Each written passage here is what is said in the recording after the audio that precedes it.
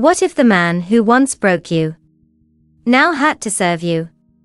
She came to celebrate a triumph, years of rebuilding, of rising from ashes. But fate had other plans. Behind the white linen and candlelight, the past stood waiting. Same eyes.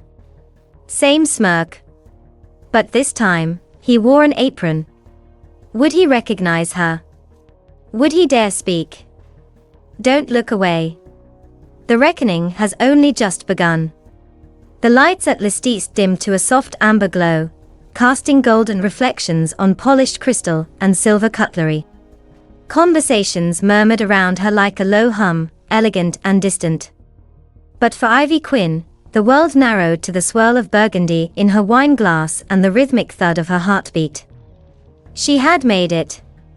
Sitting at the corner table draped in white linen, Ivy adjusted the cuff of her tailored navy dress. Her long, dark curls were swept to one side, exposing the subtle shimmer of diamond studs Knox had given her last Christmas. But tonight wasn't about gifts. Or even about him. Tonight was for her. 10 years ago, she was scribbling cancer-friendly recipes on a barely read food blog from her mother's cramped kitchen in Evanston. She remembered the fluorescent lights, the peeling tiles, the sound of her mother coughing in the next room. Every post was a silent prayer, let this help someone. Let this be enough. Now, she was the CEO of Nourish by Ivy, a multi-million-dollar food brand distributed across 40 states and counting. "You're thinking again," came a familiar voice beside her.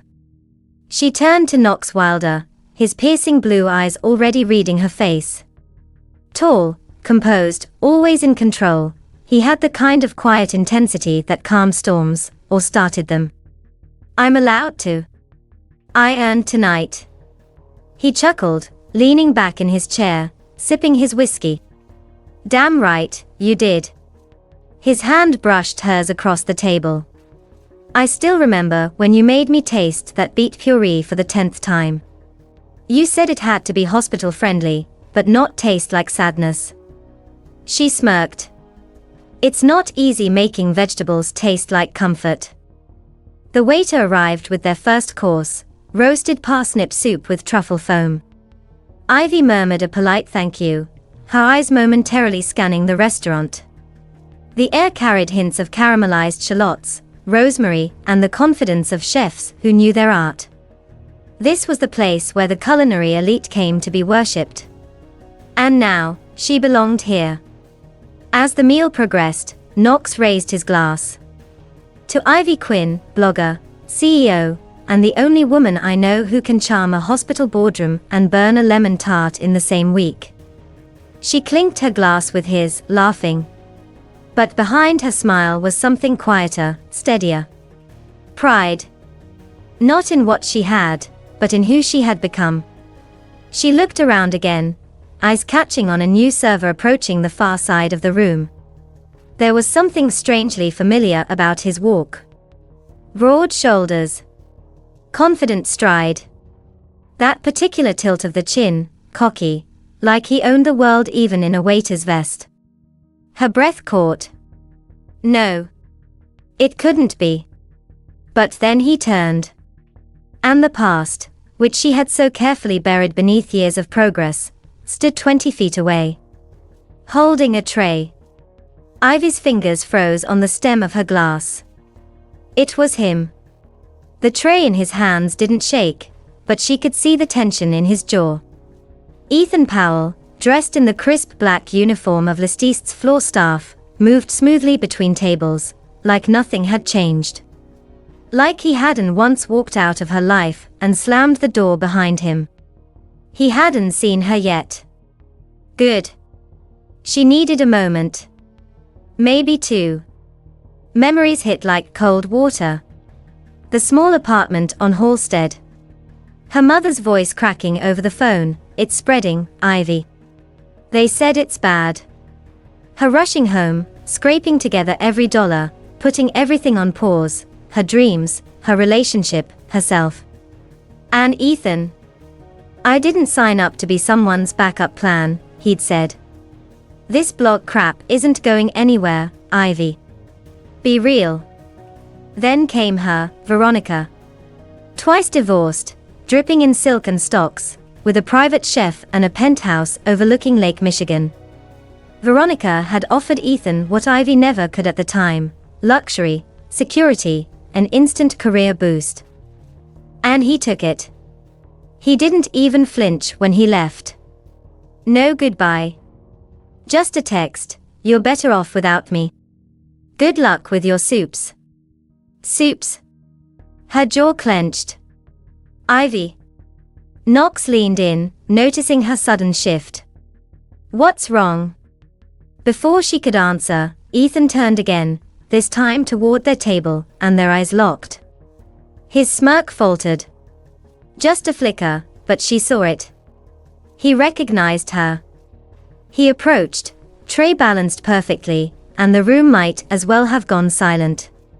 "Ms. Quinn. Mr. Wilder. Welcome to List. His voice was calm, practiced. Professional. But his eyes, green, calculating, danced between curiosity and disbelief. "I'll be your server this evening."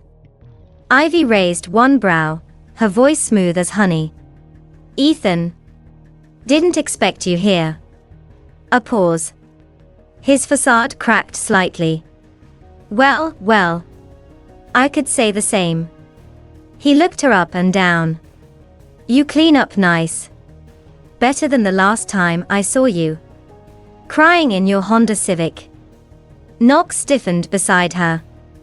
Ivy smiled, cold, unshaken. "You always did confuse ambition with cruelty. I see that hasn't changed." Ethan chuckled, adjusting his tray. "Relax. Just making conversation. I didn't realize you'd make it out of that whole sad girl blogger phase. Guess miracles happen. And I didn't realize you'd be trading caviar for customer complaints," she replied sweetly. "Life's full of surprises." His jaw twitched. Knox leaned in. "Is there a problem here?" Ethan straightened. "Not at all. Just catching up." He turned back to Ivy, but there was a flicker of something darker in his gaze now. "So what are you doing here, really? Influencers usually don't make it past the waiting list." Ivy didn't blink. She leaned in, rested her chin gently on her hand. "I'm celebrating the 5-year anniversary of my company." Nourish by Ivy.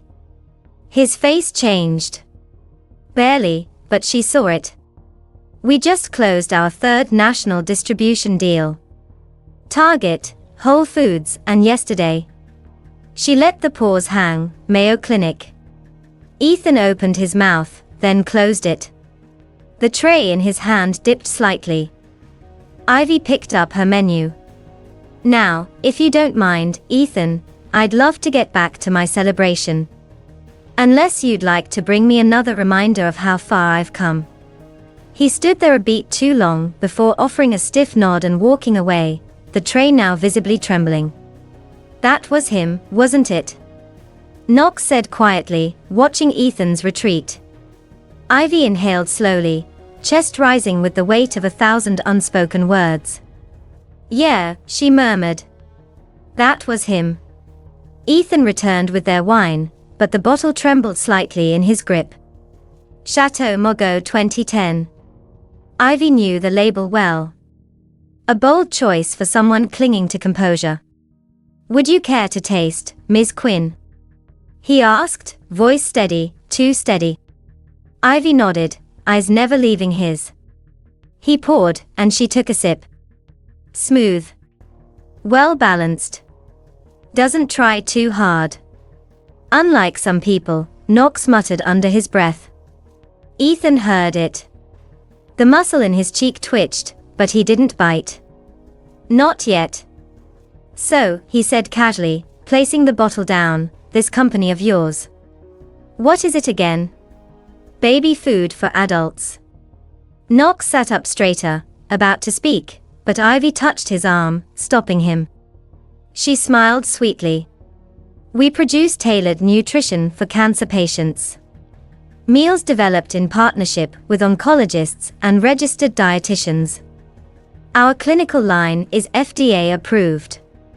We just signed with the Cleveland Clinic last month. Ethan let out a soft laugh. Right? Because when I think fine dining, I think hospital trays. And yet, Ivy said calmly, you're the one bringing wine to my table, Ethan. So clearly, someone's doing something right. That shut him up. Ivy watched as he shifted his weight uncomfortably. The arrogance he'd worn like a second skin years ago was still there, but stretched thin now, like a threadbare coat. She didn't stop. Not yet. You know what I remember most? She said, her tone suddenly softer, almost reflective. You once told me no one would ever take me seriously unless I had the right degree. That the food world would eat me alive. Ethan's smile returned, defensive now. I was being realistic.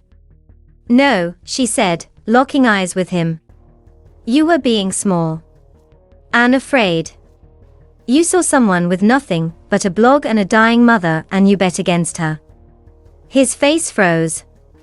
Knox leaned forward, his voice low, firm. You made a hell of a bad bet.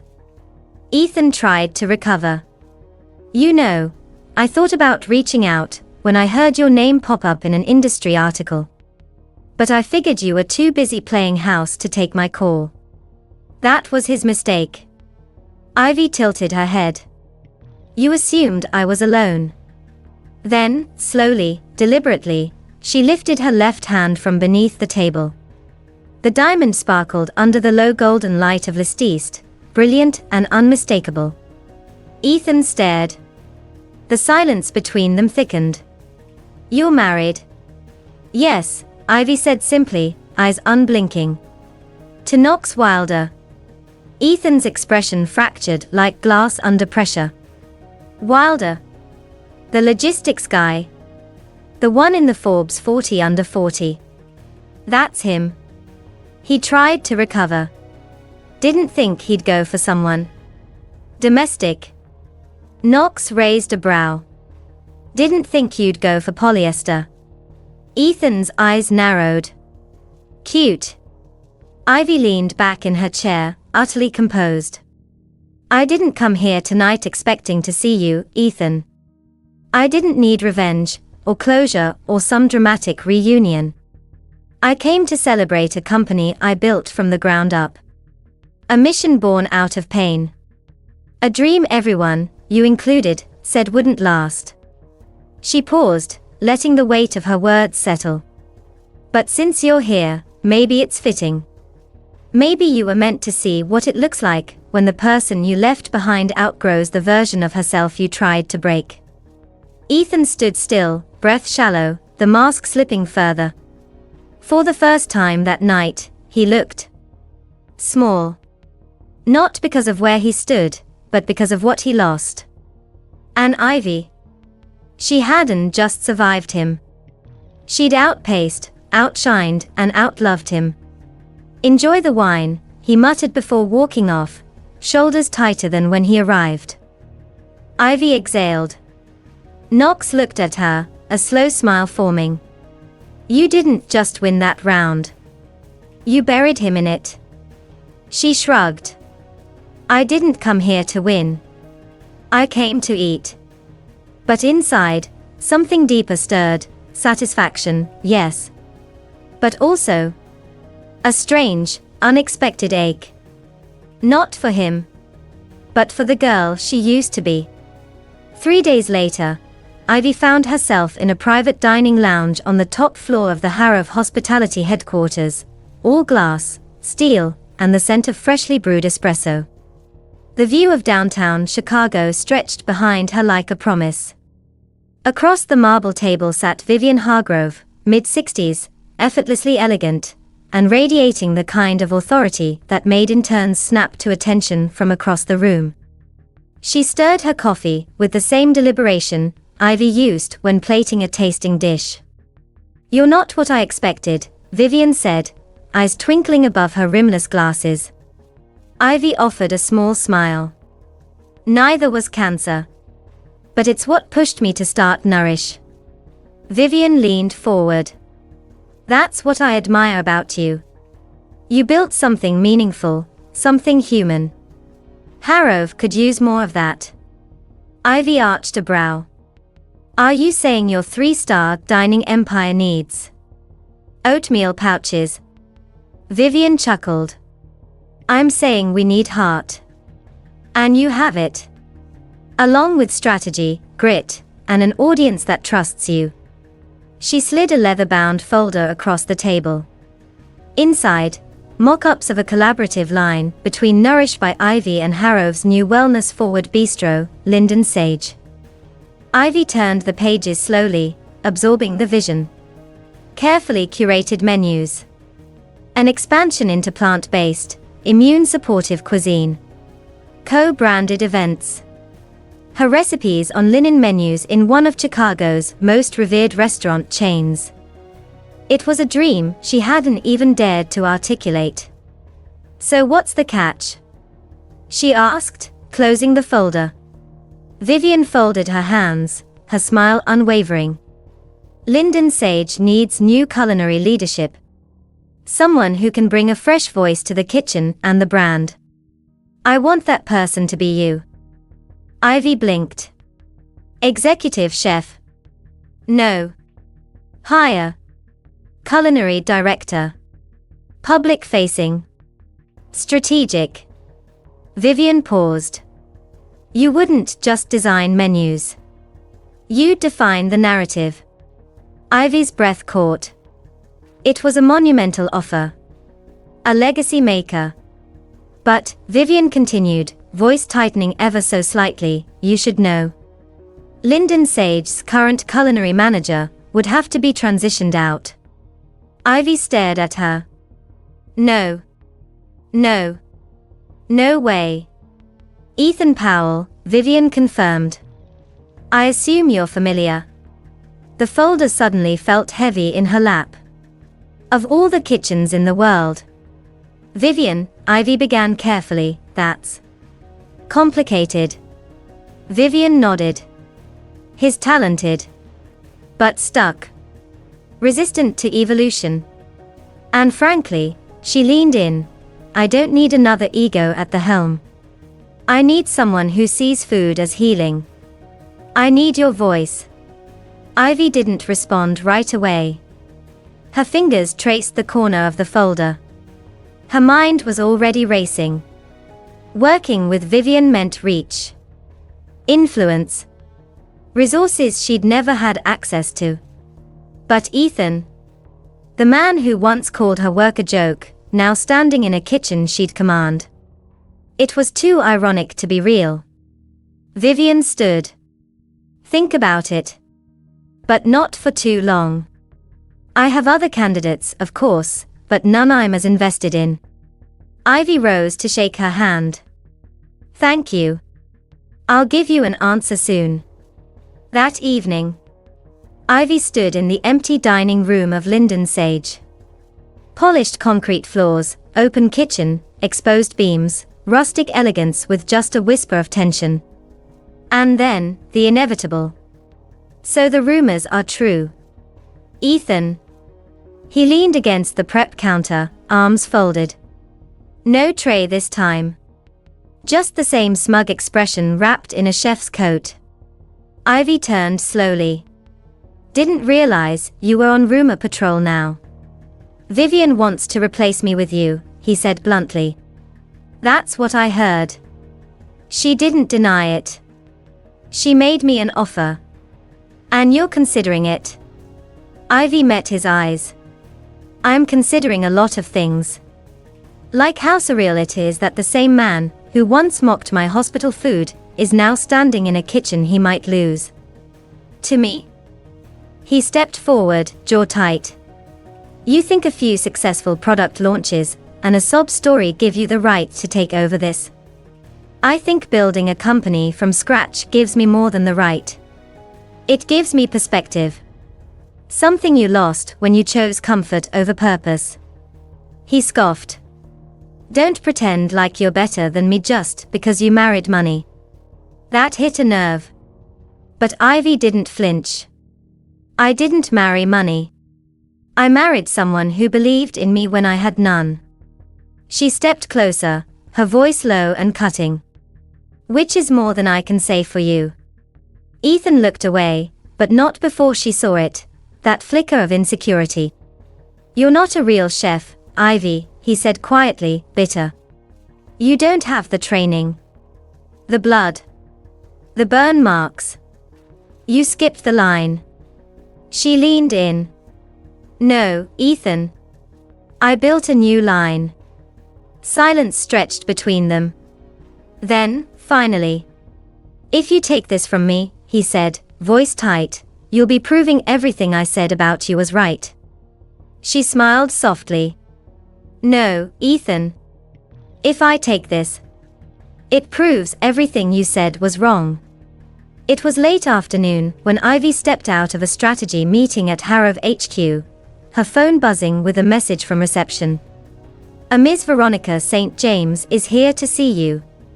She says you'll want to hear her out. Ivy stared at the screen for a full 5 seconds. Veronica.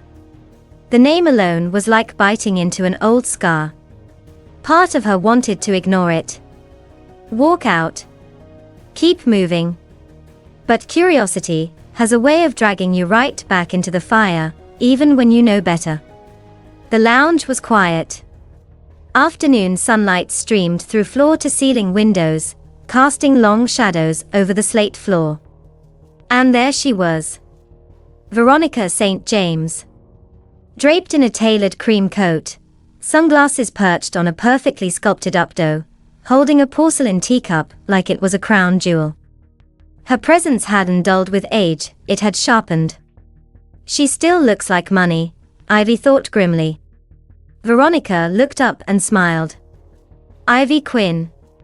Sit. Please. Ivy stayed standing. What do you want? Veronica let out a soft laugh. You've grown a spine. Good. It looks beautiful on you. Cut to the point. Veronica set the teacup down with an elegant clink. You think I'm here to gloat, don't you? If that's what this is, I don't have the time. Actually, Veronica said, crossing one leg over the other, I'm here to offer clarity. Ivy folded her arms. Clarity about what? How you bought my ex-boyfriend and made him your little side project. There was a flicker in Veronica's eyes. Regret? Maybe. Or maybe just reflection. I didn't steal Ethan, she said calmly. He chose to leave. I merely opened the door. Ivy's jaw tightened. Generous of you. Veronica leaned back. You were young. Raw. You had ambition, but no structure. No power. Ethan, he wanted that. He wanted shortcuts. I gave him an elevator when he didn't want to climb the stairs with you. You really think that makes it better? No. Her voice softened. But I always admired you. Even then. That stopped Ivy cold. Excuse me. Veronica looked up, her expression uncharacteristically sincere. You think I wanted to destroy you, Ivy. But I didn't. I watched you. Quietly. Even after he left you. Ivy frowned. Why? Because I saw something in you he didn't. Her voice dropped. Fire. Integrity. Purpose. Ethan was always talent with no discipline. You were discipline with untapped brilliance. I knew he would burn out. But you just needed time. Ivy didn't speak. Her stomach twisted. Veronica went on. I helped Ethan open doors. Gave him access, yes. But he never became anything. He relied on me too long. Hid behind my money. My name. And now. She chuckled without joy. Now he's just a man in a borrowed kitchen, with nothing left to cook for. There was a long pause. Then Veronica added, almost gently. But you became exactly who I thought you would. Ivy's throat tightened. She hadn't expected this strange, backhanded kind of validation from the woman who'd once stolen her world. She sat down. So what do you want from me? Veronica smiled faintly. Nothing. I just wanted you to know. I was never rooting against you. Not really. I've watched the rise of Nourish by Ivy. The partnerships. The clinic deals. The social work. You're not just successful, Ivy. You're significant. A moment passed. And then. If anything, I regret helping him more than hurting you. Ivy stared at her. So why tell me now? Veronica's gaze turned distant. Because the world is about to start asking you questions. Bigger ones. And I don't want you second-guessing your place in it. Ethan won't take losing this kitchen lightly. He'll blame you. He already does. Ivy's voice was steady. He doesn't scare me anymore. Veronica nodded, satisfied. Good. That's why I came. She rose, smoothing the hem of her coat, then paused. Don't underestimate him, though. I won't, Ivy said. But he should have never underestimated me. Veronica smiled again, this time with something almost like pride. At a girl. And then she left. That night, Ivy sat alone in her apartment, the city lights flickering through the windows. The words from Veronica looped in her head. You became exactly who I thought you would. She should have felt victorious. Maybe she did. But behind the satisfaction was something heavier, the realization that Ethan had never been her biggest obstacle. It was the doubt he planted. The voice that once whispered, "You're not enough." But that voice was fading now. And Ivy was finally starting to hear her own louder. The meeting room at Linden Sage was sleek and clinical, polished walnut table, matte black chairs, a spread of tasting samples arranged like trophies in the center. Ivy arrived early. She always did. Across from her sat the marketing lead, the operations manager, and Vivian Hargrove herself, poised in her usual power stance, arms crossed, gaze piercing. And then Ethan walked in. He didn't look at her as he sat down, but the tension clung to the air like smoke in a closed kitchen. Vivian spoke first. We're here to finalize the integration of Nourish by Ivy into our spring menu rollout. The initial trials were strong. The cancer care partnership adds credibility, and the press is already interested. Ivy nodded once, keeping her posture calm, firm. Ethan glanced at the menu spread, and let out a sharp breath. These aren't refined dishes. They're bland. Oversimplified. You're putting recovery food on a fine dining menu. It's curated nutrition, Ethan, Ivy replied smoothly. That's the future of this brand. He scoffed. Right? Because turmeric broth and beet puree scream Michelin. Ivy's voice dropped, ice threading each syllable. Don't mistake minimalism for mediocrity. These recipes are developed with clinical input. They save lives while preserving dignity on a plate. That's more than you've ever plated, Ethan. He leaned forward, arms resting aggressively on the table. I've been running this kitchen for 5 years. You think your little freezer meals give you authority to override me? Vivian cut in. Ethan. But he ignored her. He picked up one of the tasting cards, reading aloud in a mocking tone. Come in carrot mash with protein-rich lentils. designed for ease of digestion. You think anyone's coming here to eat hospital mush? Ivy didn't flinch. People come here to feel seen. You think the woman in chemo who can't keep down a steak doesn't deserve to dine beautifully? That the father recovering from radiation should settle for bland porridge at home? Her voice sharpened, words hitting like cleavers.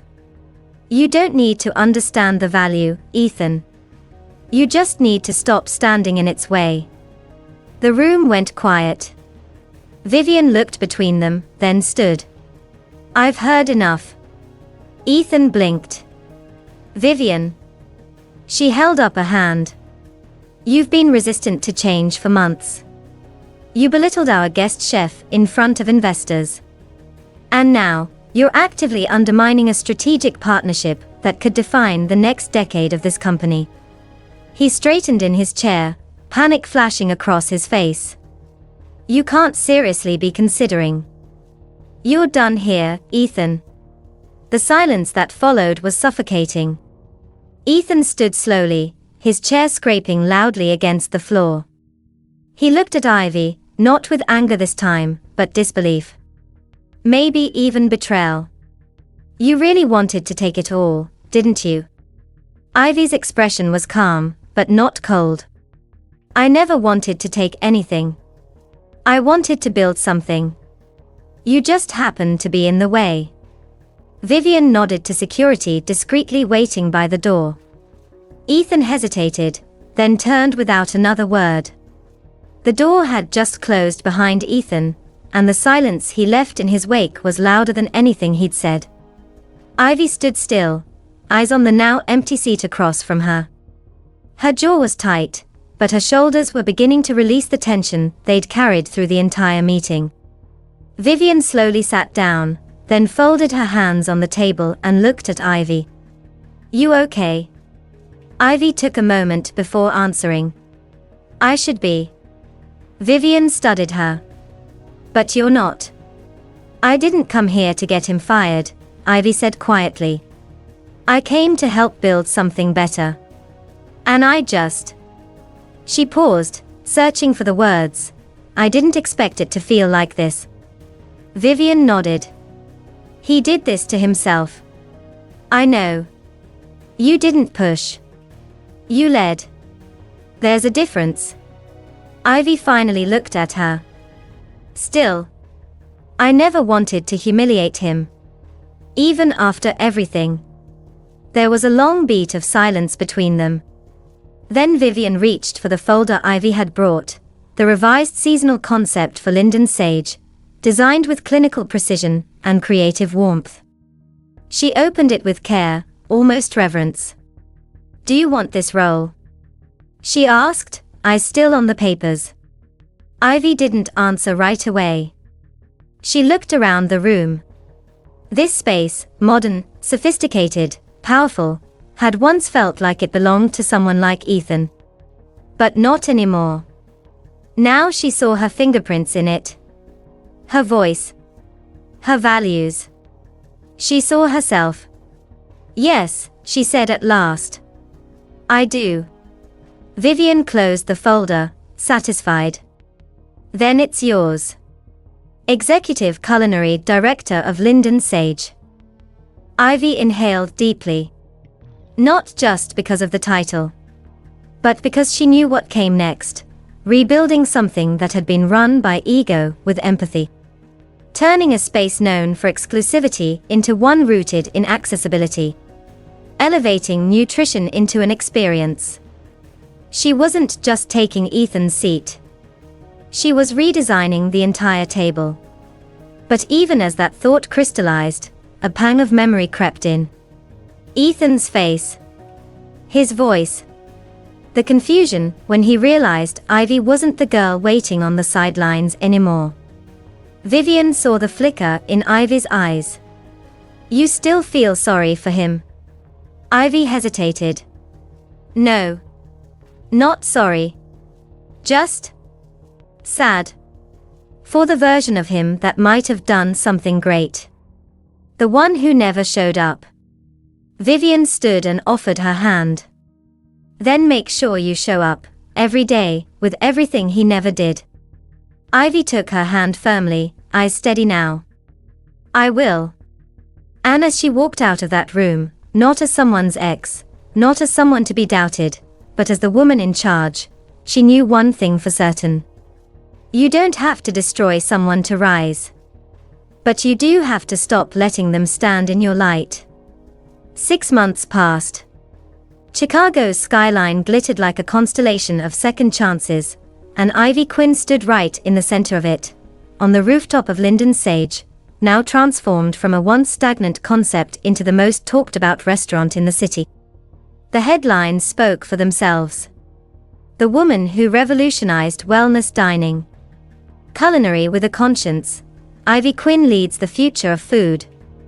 From blog posts to boardrooms, how one woman rebuilt an industry standard. And Ivy. She wasn't just surviving anymore. She was leading.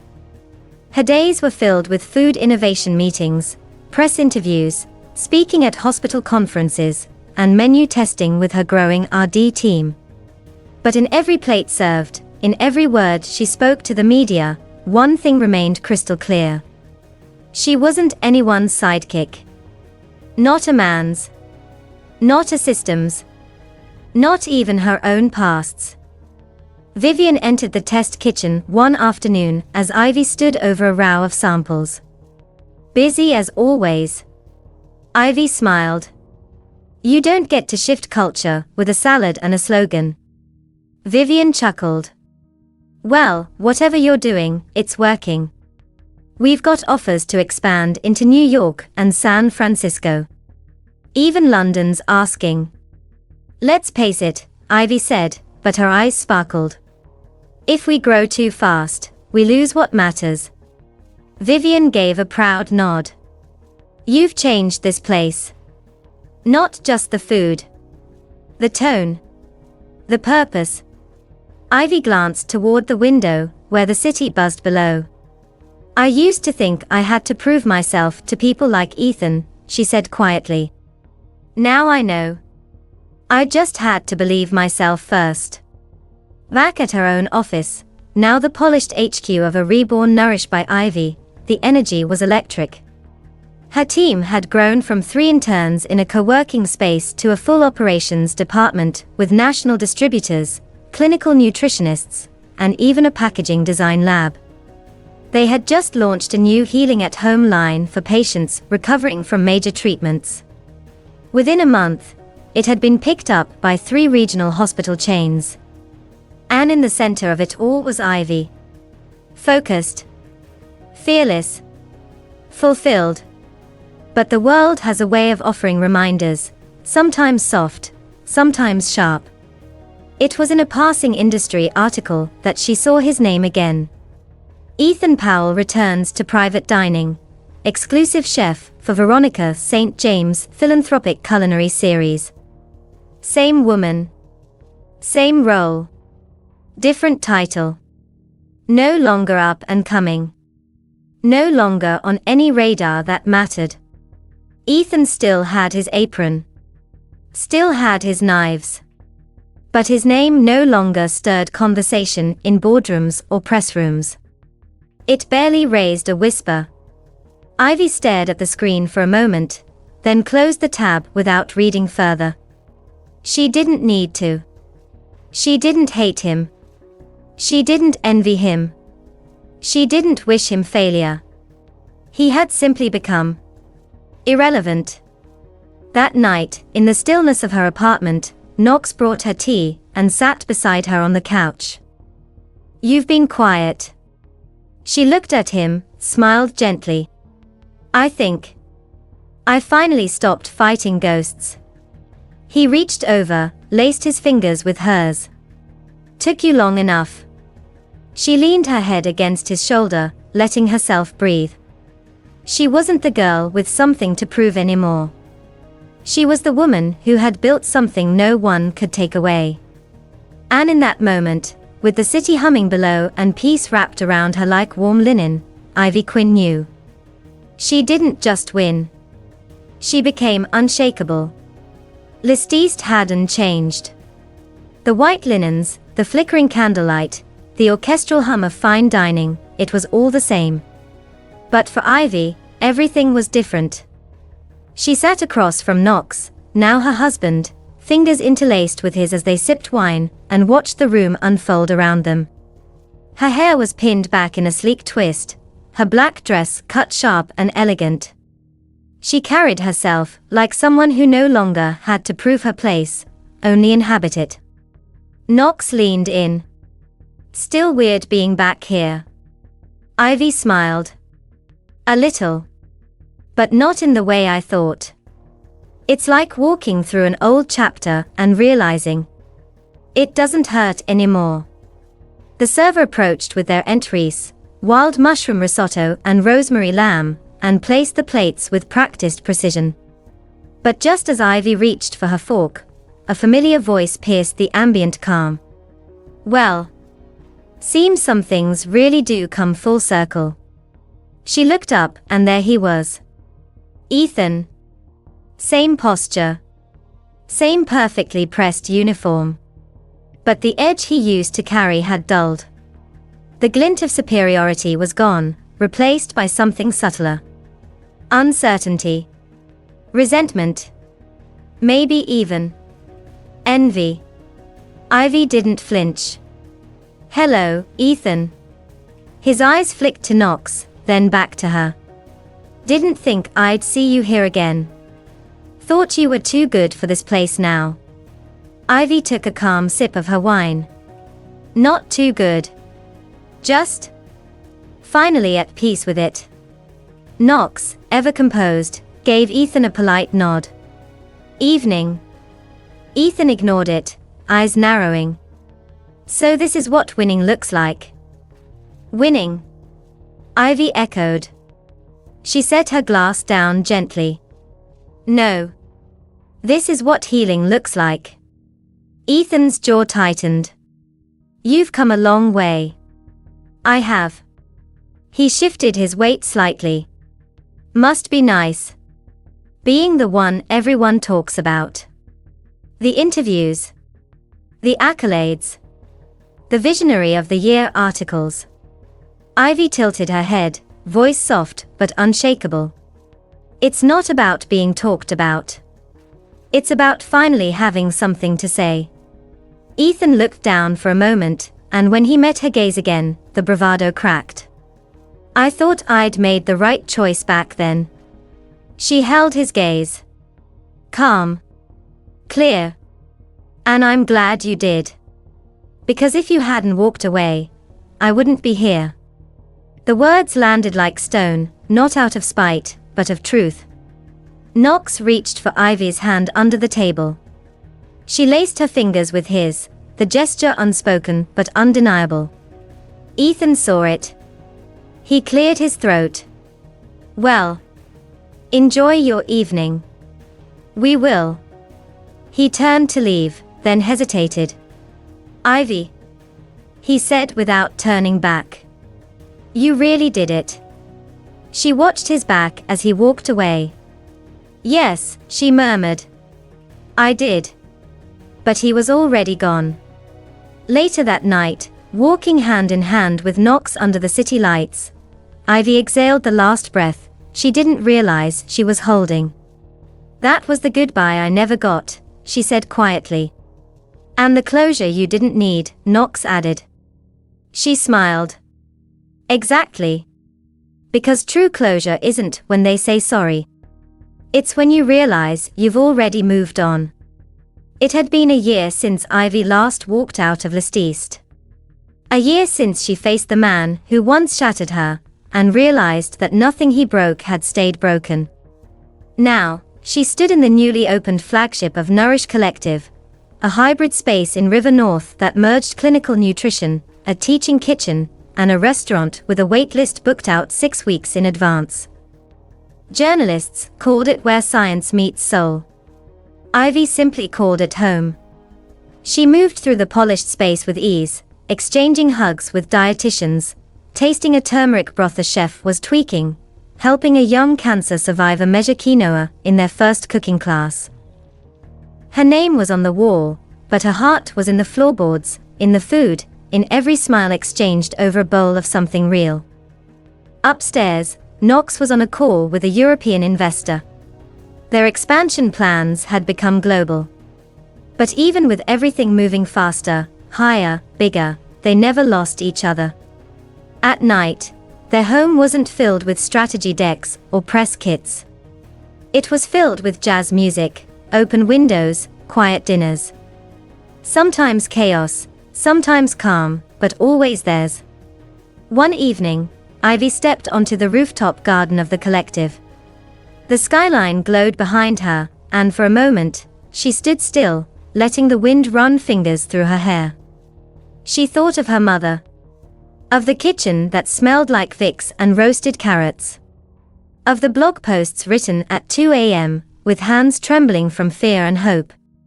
Of Ethan's voice telling her she wouldn't make it. Of Veronica's unexpected truth. Of Vivian's steady belief. Of Knox's unwavering hand. Of her own. Always her own. Knox came up behind her, wrapping his arms around her waist. "You okay?" She nodded, leaning back into him. "I was just thinking," she said. "It's not about proving people wrong anymore. No. No. It's about proving myself right." They stood there a while longer, watching the city breathe. Below them, Nourish was alive with laughter, movement, connection, everything Ivy had fought for. And in that moment, she didn't feel like a success story. She felt like home. Because the real victory wasn't in the empire they built, but in the woman she had become. Rooted. Resilient. Radiant. Unshaken by the past. Unapologetically her own. This story was never about revenge. Not about triumphing over those who doubted her, or watching them fall. It was about becoming. Becoming the kind of woman who no longer needed validation to move forward. Becoming the kind of leader who built with compassion, not competition. Becoming the kind of human who could walk back into the very place she was once broken, and leave it untouched. Ivy Quinn didn't rewrite her story to erase the pain. She kept every chapter, even the hardest ones, and used them to fuel the next page. Because true success isn't measured by applause or headlines. It's measured in the quiet conviction that you are exactly who you were meant to be. And that power, it doesn't come from being chosen. It comes from choosing yourself. A woman who rose from betrayal, faced the weight of her past, and proved that success doesn't come from anyone else's permission, but from her own belief, resilience, and unshakable will to rise.